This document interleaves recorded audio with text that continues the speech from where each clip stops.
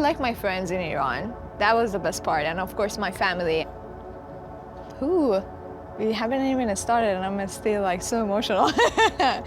I started when I was 9. The city that I was in Iran called Isfahan. It's a really religious city. It was like so hard for girls. We are so worried that you cannot gonna come back home or something gonna happen to you or the government should do something to you. My Quran teacher came to the class and told me about heaven and hell. As a girl, you should not color your nails and you should not have long nails. And God would like tear them out. And even I knew as a 9 years old, I'm gonna make mistake. And I remember as a kid imagining that was like so scary and like terrifying. I was like, you know what? I don't wanna talk to God. I don't wanna deal with this. I just wanna live this life happily and make good decisions. I said goodbye to him and I was feeling so good the next day. I was like, yay! Because of the situation in Iran, my parents decided for me to just leave the country, which was the best decision, but I didn't realize it back in the time. So I went to Cyprus, which my older sister and her husband used to live there too. They were refugees at that time, so I knew how hard it is to be a refugee. And I couldn't do any study because I didn't have any visa or anything like that. I couldn't drive. Basically, you don't have any identity. It was so hard. But they had like so much peace and hope in their life. And they were like, oh, we're gonna figure it out. God's gonna open the door. I was like, you guys are so relaxed. Like, what is wrong with you people? And they were Christian, and I didn't know anything about Christ. Like, I didn't even hear his name. That's totally new. And we went to church.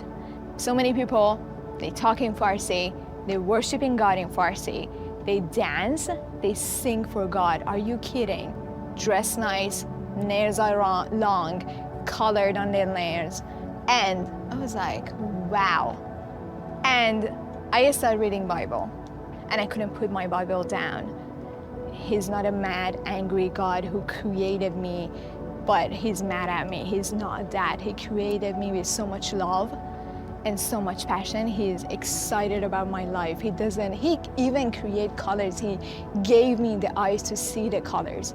So there is nothing wrong in coloring my nails or showing off my hair that he gave me. My sister keeps saying that God is a father. He's loving you. He's amazing. He's gonna provide for you and all of that. And I was like, if he's a father, I wanna meet that father. I wanna see what kind of father he is. They had a really good father. He passed away when I was 19. And Jesus himself, he dealt with every single thing that I am going through. He was a refugee. He was hated, and he understood me. That understanding, it was like such a huge thing for me. One day at the church, I was like, I'm so ready. I'm so ready to accept this. I'm so ready to welcome God to my life, and I cannot wait to see his purpose for my life. Tell me about your relationship with your father. I had a really good father. He was so cute, so loving.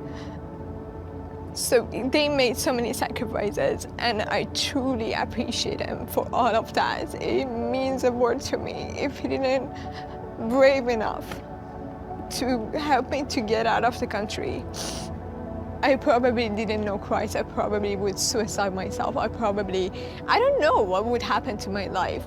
And he knew that I'm a Christian, and I shared gospel with him.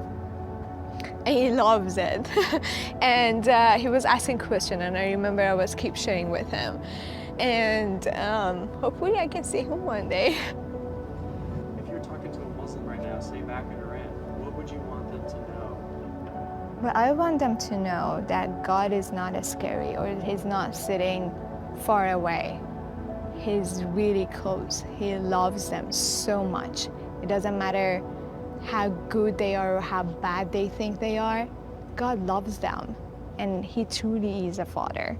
you feel his presence, and that's worth everything.